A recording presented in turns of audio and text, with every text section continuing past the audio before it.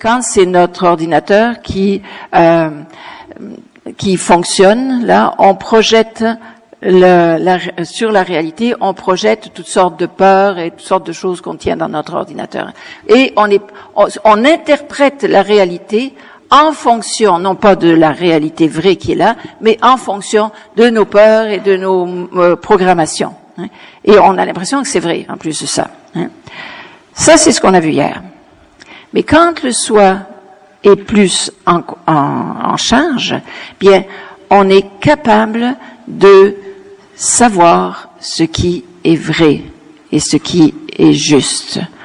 On le sait. On a du discernement. Je vais vous donner un exemple. Supposons que Lionel arrive un matin chez moi, c'est le jour de ma fête, et il m'apporte un bouquet de fleurs. Hein? Alors, c'était inattendu. Alors, je trouve ça sympathique, mais souvenez-vous, c'est les deux chemins de la conscience, là. À chaque instant, je peux toujours passer dans le chemin inférieur ou dans le chemin supérieur.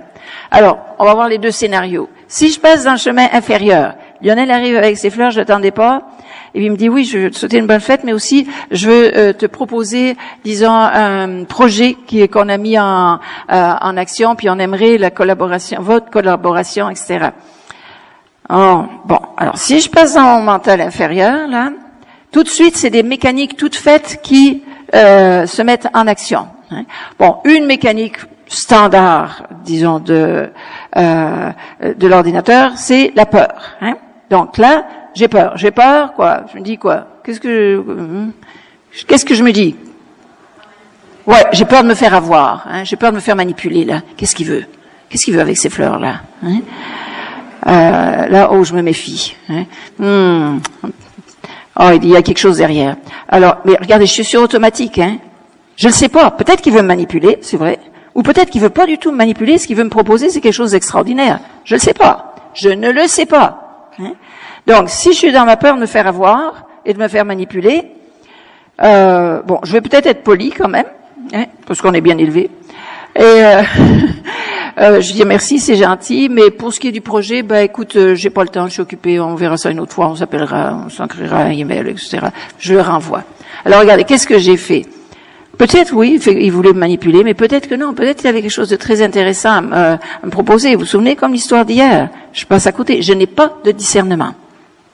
Mais ça peut se faire de façon très positive aussi dans l'autre sens. Supposons que Lionel, il ressemble à mon grand frère, puis mon grand frère, il a jamais été gentil avec moi, vraiment, il m'a toujours ignoré complètement. Puis là, Lionel arrive le jour de ma fête avec ses fleurs. Qui c'est que je vois? Je vois pas Lionel. Si je suis dans mes automatismes, hein, on parle toujours de ça. Je vois pas Lionel. Qui c'est que je vois? Mon grand frère. Et je m'en aperçois pas, évidemment. Mais mon feeling est tellement bon, c'est mon feeling, hein.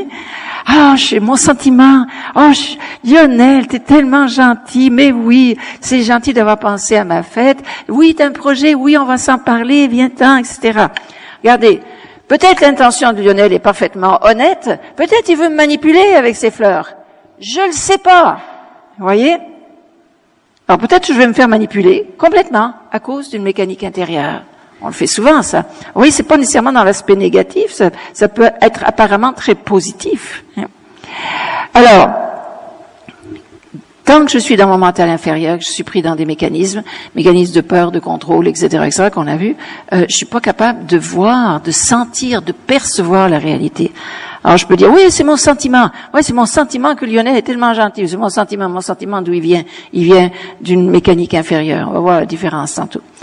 Alors, maintenant, si je suis dans mon mental supérieur, hein, dans le monde réel, en fait, hein, si je suis sur le chemin supérieur de la conscience, quand Lionel va arriver avec ses fleurs, comment je vais le recevoir, à votre avis? Regardez, on est tellement pas habitué à voir la différence.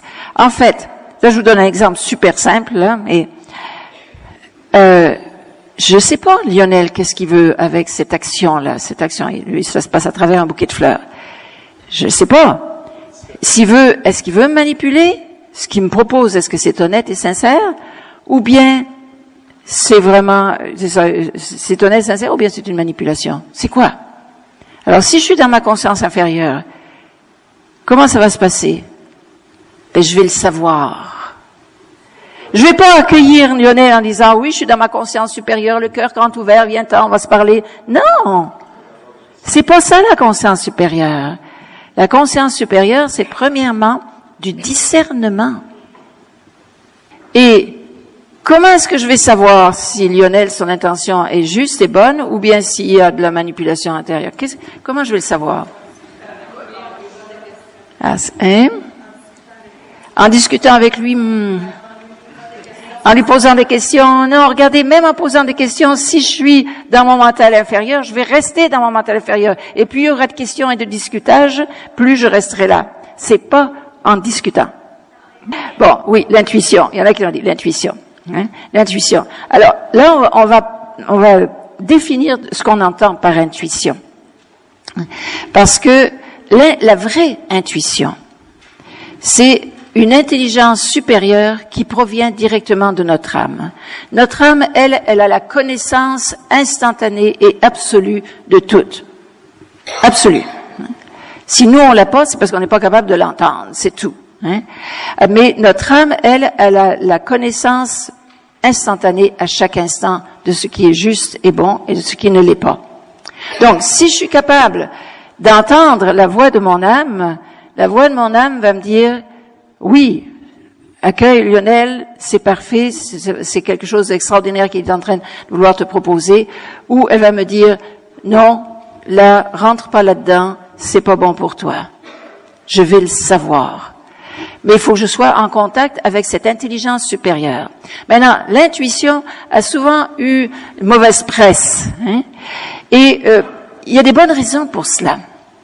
Parce que quelles sont les caractéristiques de l'intuition? C'est rapide, hein, c'est là, pouf, c'est là. Ça a l'air de venir de nulle part. Puis souvent, c'est irrationnel. Ça va contre notre rationnel. Bon. Maintenant, on a un autre mécanisme qui ressemble à ça aussi. Regardez, oui, c'est ça. Quand on a un mécanisme de l'ordinateur qui est activé, ça vient instantanément, un mécanisme émotionnel, un sentiment, là, émotionnel, il est activé tout de suite. Et il n'est pas nécessairement rationnel, malgré qu'il va se trouver des justifications, disons, mais il n'est pas rationnel.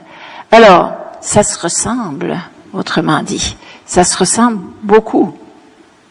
Alors, comment est-ce qu'on va savoir si c'est notre intuition qui nous dit quoi faire avec Lionel ou dans n'importe quelle situation de notre vie, ou si c'est simplement une réactivation du passé qui nous fait projeter quelque chose sur le présent qui n'a rien à voir. Comment est-ce qu'on va savoir la différence?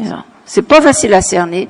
La seule chose, quelle est la différence à votre avis? Je suis sûre, parce que vous l'avez déjà expérimenté. Disons, je suis sûre que vous avez déjà expérimenté l'intuition, puis les réactions émotionnelles. Hein. Vous avez réaction émotionnelle et intuition, c'est pas la même chose. Hein. Bien, c'est ça. En fait, c'est ça. L'intuition, c'est beaucoup plus léger. Hein. C'est pas chargé émotionnellement.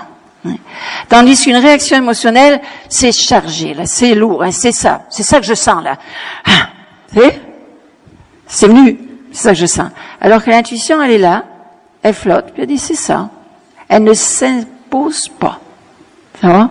Mais elle est très présente, par exemple. Hein. Elle peut même insister un petit peu, mais pas beaucoup. C'est une petite voix. C'est une petite voix, mais qui, si notre ordinateur cessait de faire son vacarme habituel, on serait capable de l'entendre tout le temps. Hein? Et c'est pour ça qu'en méditation, on nous dit, faites le silence mental. En faisant le silence mental, c'est sûr qu'on va avoir accès à autre chose. Mais comme on l'a dit hier, pour faire le silence mental, il faut quand même avoir déchargé un petit peu l'ordinateur de ses charges. Ça va, vous voyez, c'est tout cohérent, hein, ça se relie avec tout ce qu'on a vu depuis le début de la fin de semaine. Alors, c'est ça, cette voix de l'intuition est plus fine, plus légère, elle est peut-être par contre très claire. Hein. Des fois, on a un sens très clair que c'est ça. Mais il n'y a pas de charge émotionnelle attachée. Et quand il y a une charge émotionnelle, en général, c'est une réaction qui vient de l'ordinateur. Alors, quand il y a une charge qui vient de l'ordinateur, on n'a pas de discernement. On ne voit pas les choses telles qu'elles sont. Quand ça vient de l'intuition nous fait voir la chose de façon juste et nous fait agir de façon juste aussi, puisque on voit les choses telles qu'elles sont. Ça va, l'intuition effectivement est plus fine. C'est plus léger. Ça flotte. Mais par contre, si on a accès à cela, on a accès à un pouvoir extraordinaire. Par exemple, vous voyez, quand on est pris dans l'ordinateur, je suis avec cette idée-là, quand on est pris dans l'ordinateur, la seule chose qui peut nous sauver, disons, et le mécanisme fondamental qu'on a vu, c'est la peur. Quand on passe au-dessus de la ligne, il y en a plus de peur, ou il y en a de moins en moins, parce qu'on n'a plus besoin de la peur pour nous protéger. Qu'est-ce qui nous guide? Justement, c'est notre intuition. On n'a plus besoin de la peur parce qu'on a cet accès à notre conscience supérieure. Et on a eu besoin de la peur tant qu'on n'avait pas suffisamment accès à la conscience supérieure. Vous voyez, on est très bien fait. C'est bien fait, là, le processus évolutif. Je vous donne une image. Supposons que me sois perdu à New York, dans le Bronx, 3 heures du matin. Quartier dangereux, n'est-ce pas? S'il en est. Là, je suis toute seule dans mon auto. Je me dis, mon Dieu, je sais pas, j'ai pas pris le bon chemin. Alors là, soit je tombe dans la peur, soit je reste calme et centrée, en contact avec ma certitude intérieure et mon intuition. La peur, elle, qu'est-ce qu'elle va faire? Elle va penser, elle va calculer.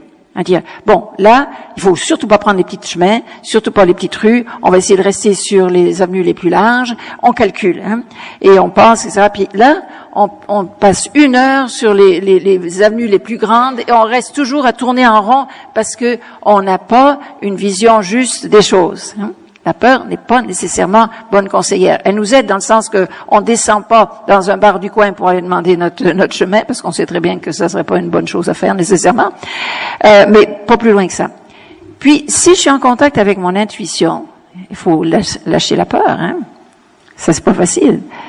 Et je reste centré et j'ai confiance en cette petite lumière qui me guide à l'intérieur. À un moment donné, je vois une petite rue, puis ça me dit, prends cette petite rue, elle est toute sombre. Là, mon mental, il dit, voyons donc, on passe pas dans une rue comme ça, à cette heure-ci, ça, Puis la petite voix dit, oui, prends cette petite rue. Puis on la prend, puis on sort quasiment instantanément. Parce que ça nous amenait exactement là où on devait aller. Vous voyez, on est guidé. Si on était en contact toujours avec cette intelligence supérieure qui nous habite, on serait toujours guidé, protégé, et on serait toujours capable de faire des choix justes. On arrêterait d'avoir des tonnes de réactions émotionnelles face à ce qui se passe, et on verrait vraiment les choses telles qu'elles sont.